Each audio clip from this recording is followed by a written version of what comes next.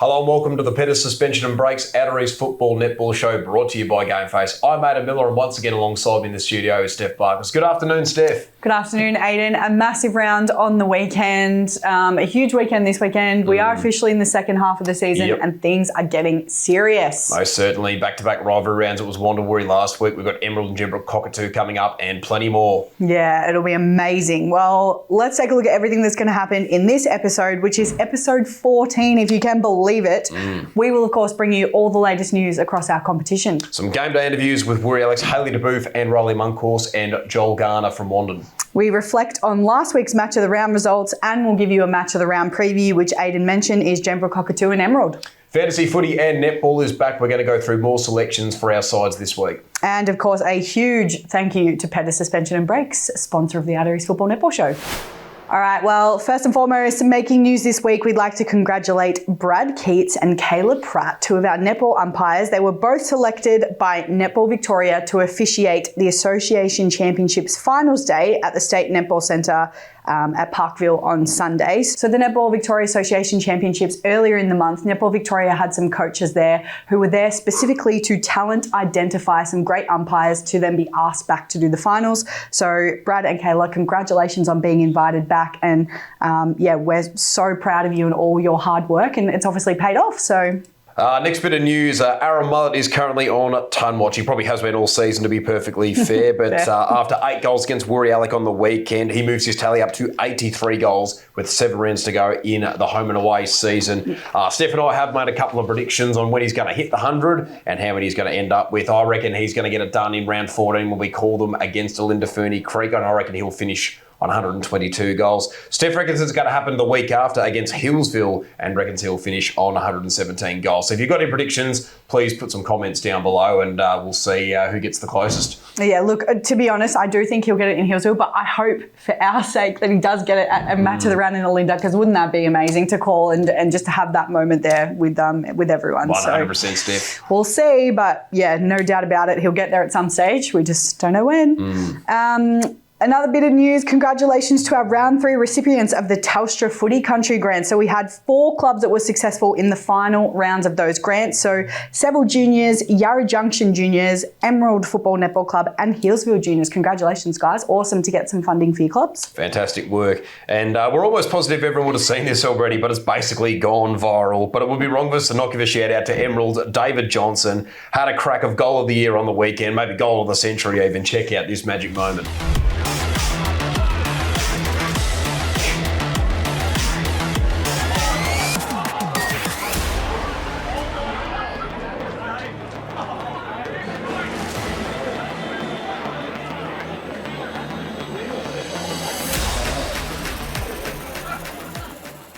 All right, we also wanted to shout out this cool goal celebration from Pakenham's Mason Hall. Now, this was a celebration that we saw him do in last year's grand final in the under-19s, but unfortunately on that day the camera missed it. We were devastated that we didn't have the vision, but we have it now because he's done it again, so check it out.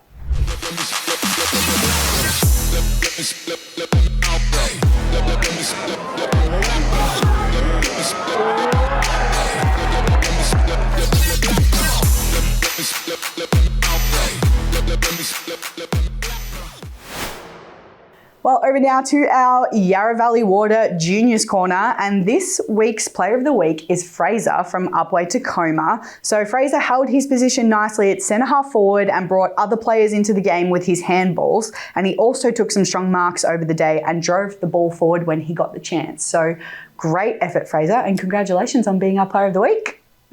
Mentioned this last week, but we're going to just reiterate it again. There are a host of school holiday clinics on offer across the upcoming school holidays that our juniors can get involved in. Firstly, the AFL Vic Footy Clinic on Wednesday, July the 9th, now at Queen's Park in Hillsville. Secondly, the AFL Vic Footy Clinic at Thursday, July the 10th at Kilsyth Recreation Reserve. The North East Blaze Netball Clinic, which is on Tuesday the 15th of July at Pinks Reserve in Kilsyth. And the Hawks Academy Football Clinic on Wednesday the 16th of July at Ilden Park Roval. All right, time for match of the round. But of course, before we get into this weekend, we always like to reflect on the weekend just gone. Both of us got it backwards. Yeah, we got both their tips wrong. Yep, we tipped Wandin for the netball, we tipped Woori for the footy, and yep, they both happened the other way around. Yep. But that's okay. That's all right. Take me through what you thought of those two games. Yeah, we'll go through the netball first, and obviously, probably one thing you and I didn't consider was with North East Blaze actually playing on a Sunday in the VNL. Wandin were missing a couple of important players, most notably Ruby Tidd, the playing coach, Matty George, of course, the captain, Kai Kimpton wasn't playing, Matty Warmeyer wasn't playing, Lawrence Spinks wasn't playing, and Carly Dolphin wasn't playing. So it was a very different looking Wandin. So I still had Amalia Blake in there and a couple of the younger players like Annie Brand and Claudia Semos. But if there was one thing I would have said to Woori Yallock, it's just win this game. This is a great opportunity against a Wandin side that's maybe not quite as full strength, and they did that. And we did mention a couple of weeks ago for Woori Yallock that they had a really tough block of games, Mount Evelyn, Emerald, Wandin, all back to back to back. And they've been able to come away with 6 points out of those 3 games. And realistically now for Woori Yallock, they've put their season in their own hands, which is really good for them. They've still got games against Mount Evelyn and Bombok to go, but a lot of games against teams below them on the ladder. Now, those games aren't necessarily a given, but realistically, they're going to play finals. They should be winning those games. And as I say, the season's in their own hands now. They've got a bit of a gap on Alinda, Ferny Creek, and the other teams just below them on the ladder. Hillsville's another one of those. So if they can win those games, they should be fine. But going back to the game, Wandin did actually start really well, considering they did have the lead at quarter time, and Woori Yallock were probably making a few unnecessary mistakes. But then the second quarter, everything really clicked into play. Hayley Debuf's feeding was really quite impressive. Really impressed as well with Hayley Wilcox. You know, she's been one of the standout players this season in Premier Division. She's third for goals, and she really stood up when she really needed to. I was also really impressed with Jamie Tuff, who did come into the side. She's usually a B-grade player, has played A-grade before, but mainly plays in goals. But she had some really crucial one-on-one victories against Amalia Blake. Amalia still had a really good game, got 44 goals, but honestly, any kind of one-on-one victories against her, very, very hard to do, and particularly for a player who doesn't usually play as goalkeeper. Thought she was really impressive as well, and really contributed to a very solid win for Woori Yallock. And as mentioned, that win does really put their season in their own hands. Yeah, it's really exciting, isn't it? Because to get the draw against Emerald and then to beat Wandin, they have put themselves in a really, really good position. And yeah, I'm excited for them to play finals. It'll be a good challenge for them, I think. It's been a massive improvement from 9th last year into 5th at the moment. So no, they're doing really well. Yeah. Going across to the footy, Wandin did start the game really, really well, kicked the first 4 goals of the game. Woori were kind of able to stem the flow a bit towards the end of the first quarter. And gee, it was a real shootout between the 2 key forwards as well. It was a real old-fashioned sort of footy. We saw Aaron Mullett kick 8 goals. We also saw Taylor Gibson kick 8 goals. Joel Garner even kicked 6 himself. He had a really impressive performance. It was just one of those days. I think Woori, it was just the start of the game that probably cost them. They were always kind of chasing tail. You never want to be chasing tail in a game of footy. But also some of the other standout players, really like Cody Basali, the skipper from Woori. You know, he was winning a lot of contested ball all day. Tried the fend off a couple of times and pulled it off successfully. Wandin, you know, once again, Paddy Brazizi thought he had a really good game. Brody Atkins was pretty handy in the forward line. One of the interesting ones was actually, don't think I saw Chase Black attend to centre bounce all day. Played mostly across the half-back line. Still an impressive performance, but again, it just shows the depth of that Wandin side. Ryley Monkhorst for Woori, really, really good in the ruck. He was quite dominant. Didn't see Zach actually attend many centre bounces either. He played mainly behind the ball as a fullback, but he was still intercepting quite impressively. So really good game, really good contest. As I say, I think it was just Woori probably just let Wandin get a bit too far ahead at the start and were always chasing a bit of tail. And Wandin did get the win in the end, as everyone would know, and stay undefeated in season 2025. Well, you say that they were chasing tail, and absolutely, but again, they are the club that's gotten closest to Wandin both games certainly, now. Yep. No, exactly right. No, 2 results under 30 points when Wandin's, I think, beaten pretty much every other team by 50 or more. So, no, Woori definitely, I think they've got it in them, but yeah, I think that's probably one thing they would lament is just letting them get away too quickly at the start.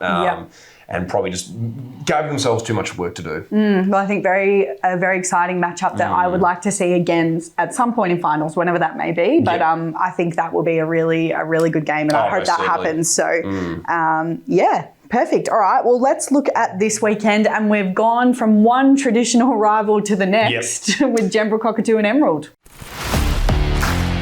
2 proud clubs, 1 big traditional rivalry. In the netball, Emerald eyes finals glory, while the Brookers are looking for their first win of season 2025. In the football, both clubs face the pressure to win, to give themselves breathing room from potential relegation. 2 proud clubs, 1 big traditional rivalry, no second chances. It's the Rochford Match of the Round.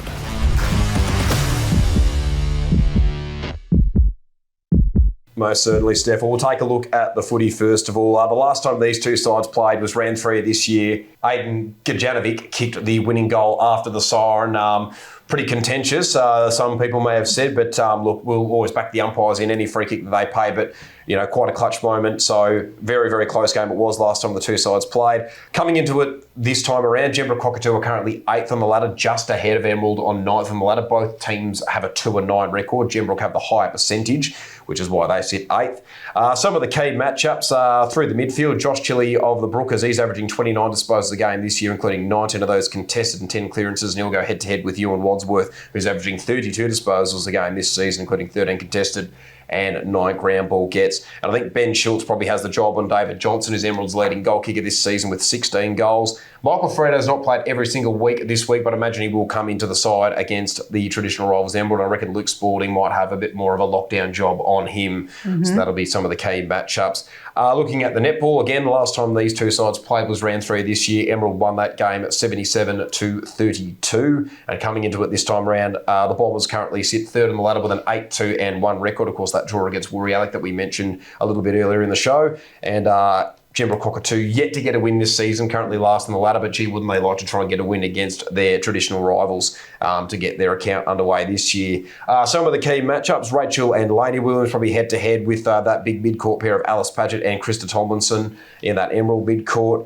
Sarah Delaney probably has the job of Matt Fox, who is Emerald's leading goal scorer this season with 185 goals. And then I think down the other end, Brody Smith of Emerald probably has the head-to-head job on Briley O'Neill, who's Jembrook Cockatoo's leading goals kicker with 235 goals this season, currently 6th in Premier Division. There you go. Well, yeah, I think both of these games will be really interesting, but obviously for very different reasons. In the netball, you've got Emerald, a team trying to solidify that final spot, trying to push as high as they possibly can. You've got Jembrook just trying to get their first win. And then in the footy, I guess they're on a little bit more of an even playing field where they're both trying to get some breathing room from that bottom 3 and potential relegation by end of season. Well, no, exactly right, Steph. Yeah. Yep. Let's go now to our tips. Who are you going to go for with the footy? Emerald did win it last time on the footy, but I reckon I might back in Jembrook Cockatoo on their home deck. Okay, I'm going to go opposite to you. I think Emerald will get it done again. I think they'll go in full of confidence, particularly one David Johnson after an incredible goal. Fair enough. All right. Can't argue with that logic. Yeah, well, and the netball? I'm going to go with Emerald and the netball. I think they're going to continue their strong form this season. Yep, I'll agree with you there. I'm going to go Emerald as well. Don't forget as well, this week's Local Footy Hub match, exclusive to Local Footy Hub subscribers, is Yarra Glen versus Yay. Also, this week's filmed women's football matches between Hillsville and Mount Evelyn. And of course, before we move on, we love to look at our community predictions. Let's have a look now. So first and foremost, starting off with the footy, Jembrook Cockatoo versus Emerald. Also, the A-grade netball matchup between Jembrook Cockatoo and Emerald. The Local Footy Hub matchup, Yarra Glen versus Yay. And of course, the women's film match between Hillsville and Mount Evelyn. Since 1950, Pedders have understood that every customer's journey is different, but our solution remains the same, to get you where you want to go as safely as possible. We believe it's not just the destination that matters, but also the journey, and we are committed to creating better journeys for everyone. All right, well, our first special guest on the show this week is Ryley Monkhorst. Trent had a chat to him before match of the round versus Wandin. Yes, guys, welcome back. We are down here at the match of the round for Woori Yallock v Wandin down here at Woori Yallock Recreation Reserve, and I'm joined by one of the Woori Yallock players, Ryley Monkhorst. How are you, mate? Good, mate. Yourself? Yeah, not too bad. Obviously, you first in round 2 went down by nearly about 14 points. What's some of the stuff that you learnt after playing them that time? I think we looked at it as though our backs needed to have a bit more run and try and break the lines rather than just kicking long down the line. They normally set that one up back, but yeah, it's all changed today. You've got different lineups both sides, so yeah, take each week as they come. So you're coming back over from Rulbark playing with your brothers. What was obviously key thing coming back was to play with your brothers, but what was was there another driving factor bar to playing with brothers? I think it's also playing with like guys I've grown up with, like those guys here that we played in 2014 flag together. So there's blokes that are still 35, 36 going around, so have another couple of years with them. Yeah, and what is it actually like being able to play out there with your brothers as well? Yeah, it's a surreal feeling. Like, it's good that they're still going. There's obviously not many years left. Like, I'm 30, Zach's 31 and Ben's 33, so sort of make the most of it now whilst we still can. Yeah, and obviously we mentioned out there 8-2 start. How have you found it coming across back over here? How have you found you guys have started the season? We're second on the ladder, 8-2. How have you found you guys have been going? Yeah, it's been good. We've sort of had a little bit of complacency creep in different areas, but we've addressed that. Ginkgo's done really well at going about that, and I think for the following 7 games left. Yep. We should be able to stamp it all out. You yourself are averaging just under 35 hit-outs. What's some of the main aspects that you focus on in your game when you're out there? Just team first, try and get that down for our mids. Like you got Geordie, Hamish, Gussie, they're all running through there. They're all top quality midfielders, so give them first use to go down to Gibbo and whatnot down forward. What gets it done out there today? What are some of the key aspects you guys focus on during the week that will help you guide yourself to hopefully a win today? I think it's that just break the line, get that 3 to 6 out of stoppages, and make sure we're using our angles and getting it in not shallow to their spare behind. No worries. Well, thank you for your time and good luck out there. Our second interview for the week was with Wandin's Joel Garner. Had a chat with him after they kept their undefeated run in 2025 alive with a win over the traditional rivals Woori Yallock. Well, I'm joined by Joel Garner of Wandin after another victory, this time over Woori Yallock, to go 11-0 in season 2025. And Joel, you've got to be pretty happy with that. Yeah, very good game. It was really hard fought and full-quarter effort, so we loved it up here at Woori today. Yep. You and Aaron Mullett having a bit of a shootout there, it has to be said. 8 goals for Aaron, 6 goals for you. You just seem to work so well in that forward line together. Yeah, we're gelling pretty well. It's handy when you got the midfield sort of calibre of our team at the moment, getting so many entries. But we want to get Mullett to the 100. But today, obviously, we're a pretty good side, so I had to kick a few as well to help out. No, fantastic. What were some of the messages coming into today's game? Bigger ground up here, obviously, compared to Wandin. So we try to get on the outside a little bit more and use our run and carry with guys like Caden and Chase Black, who are really good at that part of the game. But just sort of getting forward 50 entries and forward 50 stoppages, we feel like we've got some good firepower down there, as you said. So keeping the ball inside our forward half helps win games of footy. Yep. You weren't able to play with the Doggies last year, mate. Of course, your commitments with Richmond VFL kind of didn't allow for that. How have you liked your time back with the Dogs? Yeah, loving it. Obviously, my brother plays here and all my mates that I grew up with, and it's home. My family are here all the time. So, love coming back to the club and obviously still committed with Richmond down there as well, but it's been nice to have a bit of a balance back here at home too. Yep. How have you liked your time with Richmond and the VFL? Yeah, love it. It's a great bunch of fellas. It's a really good program. Jake Batchelor, is the coach this year and knows his stuff. So it's been a really good time, and obviously I'll work there as well. So it's all at one place, which is handy. Oh, fantastic, mate. Coming into the second half of the year, what are some of the messages and what are some of the main goals to finish off the season, aside from just winning the flag?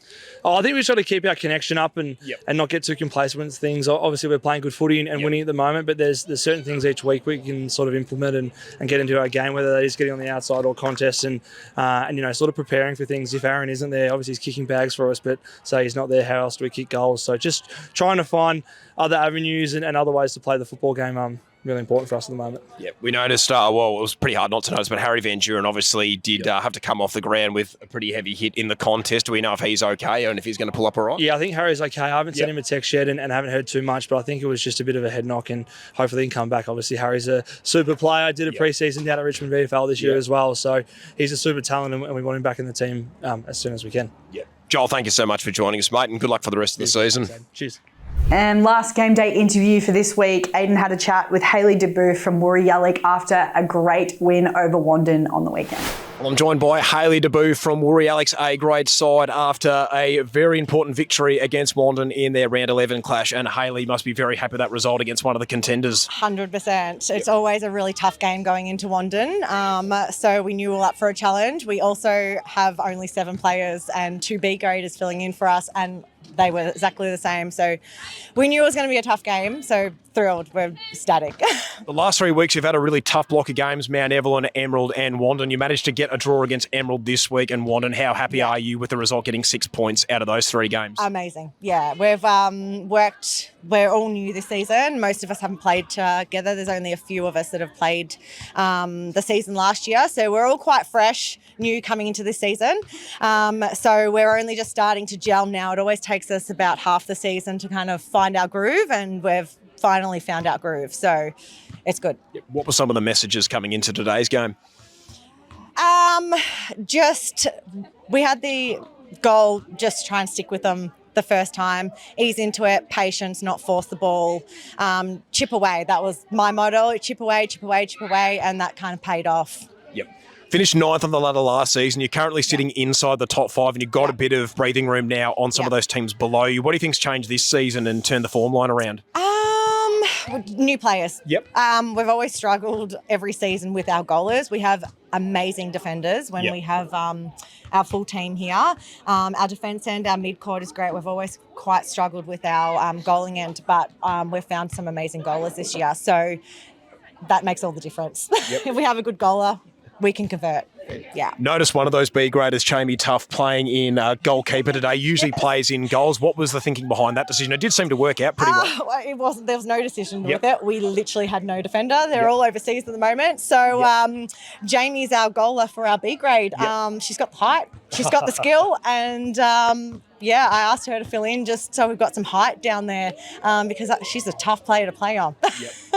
Second season now with Woori after coming across from Powelltown. Have you enjoyed your time with the Tigers so far? Great. The club's fantastic. I originally came to the club with the old president, Matt.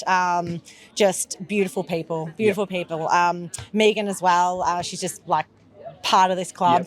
And she's a character. But I love her and they've made me feel very welcome. I've been completely blessed when I've gone from clubs because Powley's also a beautiful club as well. So I've really, I'm very lucky with where I've gone to with the people that have supported me. Yeah. Hayley, thank you so much for joining us and good luck for the rest of the season. Thank you. Thanks so much. Thank you. Last but certainly not least, we're back doing some more fantasy footy and netball. We absolutely love it. So this week we are picking our goal defence for our netball teams and we are picking our fullback lines for both the women's and the men's footy. So let's start off with the netball. Not surprised by your choice. Goal defence. No. Actually, my netball side has looked very different this year. I've been partly forced due to some, personnel changes in clubs and stuff like that. I had a couple of Narry Warren players last year. Has looked pretty different, but I had to retain Maddie George. I couldn't not keep her. I'm surprised that you weren't going to pick her. To be perfectly honest, Steph, we discussed this at length. So if Maddie ever watching, Steph wasn't going to pick you up, but I was going to pick you up. But no, look. Of course, she captains the Blaze 23 and under side. She's got that leadership skills. She's just so composed in that circle and just a very knowledgeable netball mind as well. She just knows the game so well. So I just could not have Maddie in my side. So I had to go with her again for 2025. That's absolutely fair enough. Well, I've gone with one of Maddie's Blaze teammates, which is Eliza Molino from Pakenham. No, so I mean, I still think it's a fair selection. No. We know Eliza's kind of been everywhere, all over the news. She's represented Australia, as we know. She's playing with Blaze. She comes back and plays with the Lions when she can. I think she was hoping to get to a milestone game this year. I don't know that she's going to get to it because I feel like she's, missed a couple of games. So, but yeah, she's incredible. I think she's really strong. I think played a lot of representative netball as well. Yeah. And I think her dynamic with Caitlin Cook is really strong. So potentially I might pick Caitlin for goalkeeper next week, but we'll see. Lots to think about. But yeah, I think she's a great player. She's just a lovely person. I've had many chats with Lars. I think she's just lovely. And I just couldn't go past her. So that's my selection. Fair enough, Steph. Let's go to women's footy now. I thought this was tough this week. I struggled to pick my defenders. There were quite a few that I was weighing up and I struggled to sort of get it down just to the three. But anyway, who did you go with? No, definitely. Well, for my back pockets, I went with Ruby Langham of Emerald and Chloe Stokes of Wandin. Two players who've been playing footy for a little bit now in our competition.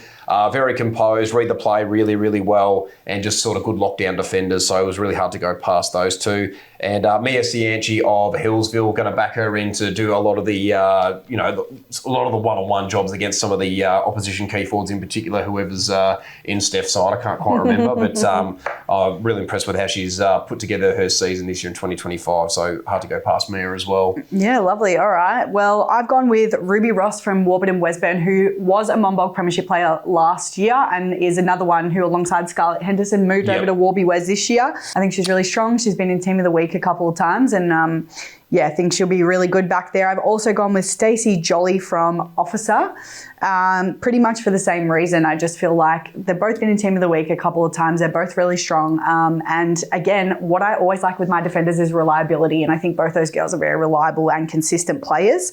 I've also gone with Shelby Haller from Belgrave. She's only been in Team of the Week a few times, but I think honestly, again, she's been a bit stiff to miss out and she probably could have been in there a couple more times, in my opinion. So that's who I've gone with for my backline.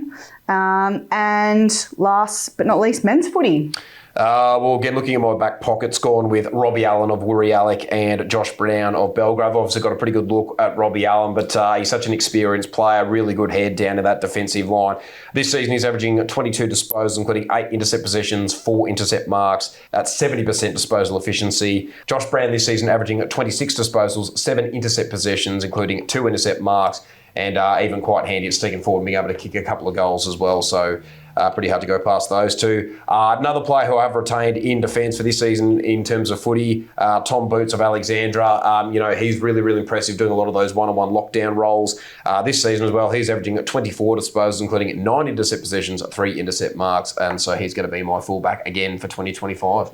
That is fair enough. Okay, well, I've gone with Liam Daly from Hillsville and Lachlan Shepherd. Now, Yep. I think Lockie Shepherd probably normally does play a bit of centre-half back, probably more often than not, and has a bit more of that run. We even saw him go forward a couple of weeks ago and kick a goal for Mumble. Oh, he mainly played defence. He snuck forward and kicked a goal. But no defence is used. But I think like centre-half back is probably where he more plays and has a bit more of that run. But I'm going to put him in my full-back line because I just didn't have room in my centre-half back and I still want him in my team. No. Someone I am shocked that you didn't pick is Chris Westcott from Belgrave. No. Yep. He's a really solid defender. He's leading the stats for intercept marks. And I just think as well, that game that we saw when Belgrave played Yay, how many times did he save that side? Well, you're right, he Steph. was very impressive. I think he had, 8 or 9 intercept marks, and he was just stopping everything that came down. He would have been close to double digits, and certainly probably a big reason why they won that game, because Yay probably would have scored a bit more freely had he not had such an impact. But